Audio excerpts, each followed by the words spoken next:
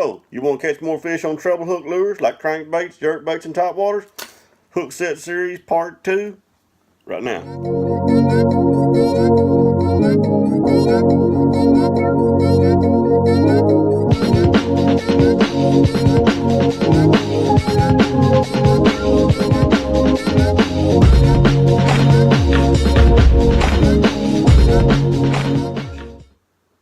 Hey guys, in bass fishing, you got many different techniques, and most of those techniques have a different type of hook set. This is going to be part 2 in the Hook Set series. This week we're going to be talking about treble hook lures, crankbaits, jerkbaits, topwaters, that kind of thing. Anyway, last week we talked about soft plastics, how you set the hook in soft plastics. This week with the treble hook lures, it's going to be something kind of different. Last week we talked about how you had to really set the hook hard to get that hook through the plastic into the fish's mouth. This week, when you're dealing with trebles, usually it's multiple trebles on a bait. You're trying to get as many of those hooks in that fish's mouth as you can.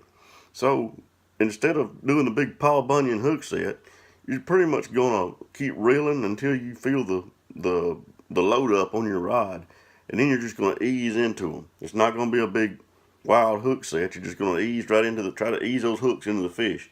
You know, the goal is getting as many of those hooks in the mouth or in the back of the head or wherever you got him hooked. And you really never know with treble hooks how you've got them hooked, so you really have to play them really easy. And so it comes down to a lot of equipment, and you've got to have the right equipment to be as effective as you can be with the treble hook lures like cranks.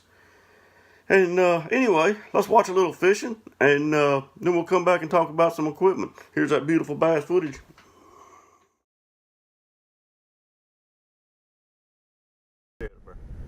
Oh, there we go. Oh, he smoked it.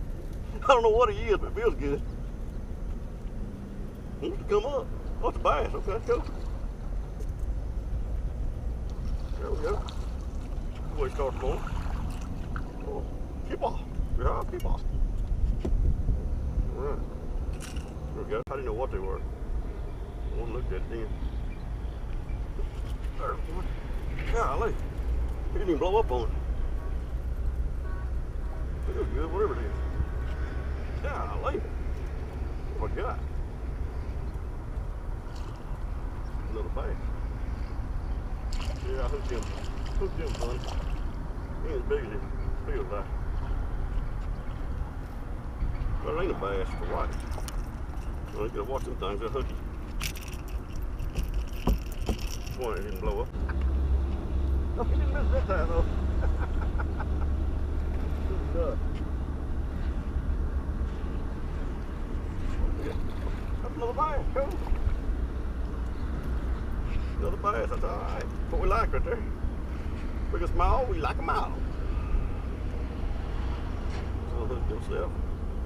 I think it's brother. Oh, your mother. Oh, there's one. Bass, cool. Feel like when they're all coming up scolded, they're pretty much white. Whenever you catch one just isolated, a lot of times it's a bass. That's sweet. Good deal, it's fat, but ain't no shad. So what we can do is keep them getting all hooked. Oh, he knocked it up in the air. Just chase it. Come on, you gonna get it? Oh, oh my goodness, that's crazy. You gotta love it. Gotta love it. That's gotta be a white or something. Staying down. Probably hook him in the tail or something. Come on, buddy. Yeah, going in circles. Oh, it's a bass. Bass. Decent bass, looks like. Okay. Oh, you got some nice fish. Go on, get your butter here. There you go. Take it over. You got him hooked well. That's good. All right.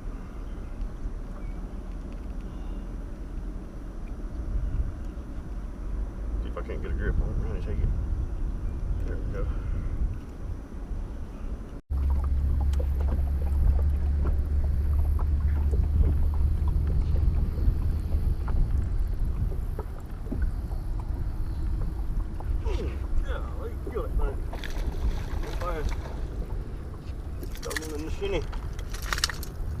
Shinny crankbait, Chippewa.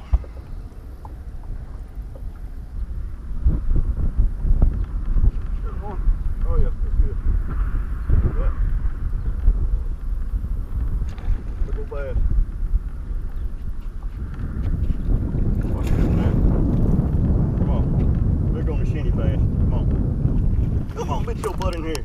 Oh yeah, look at there. Get that in the shinny Chippewa right across the mouth. That's what I'm talking about right there.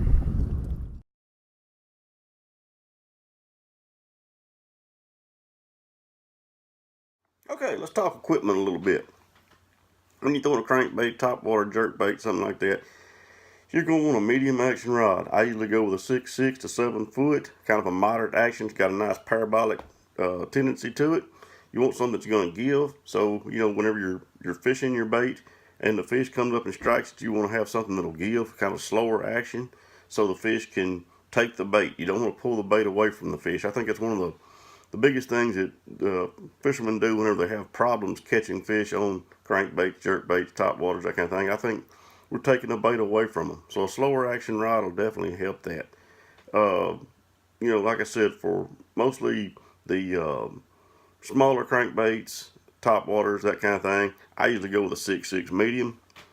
When I go with like a rattle trap, a bigger crankbait that I have to make really long casts with, a lot of times I'll go with a 7 foot rod, maybe a little bit more, but still I stay with that medium action. You want something that's going to give, not only on the hook set in the fight, but once the fish gets up around the boat, they're bad to surge, try to get on the boat and that kind of thing. You definitely don't want him pulling loose at the boat. As far as lines go, I go with an 8 to 17 pound test line. I do some mono, I do some fluoro. If I'm in like a shallow water hand-to-hand combat situation, like with a square bill, Bagley, something like that, I'm gonna go with that 17 pound mono. If I'm in a clear water lake or I need to get some more depth, I will go with a like a fluoro.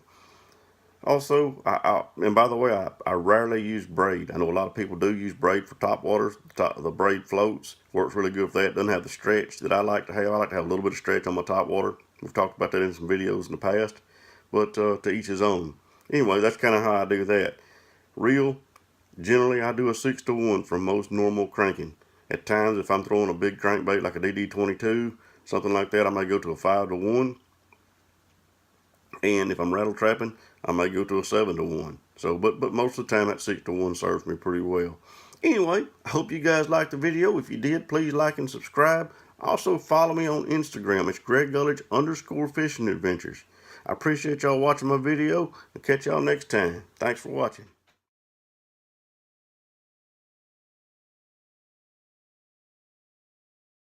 One last thing to think about is your drag.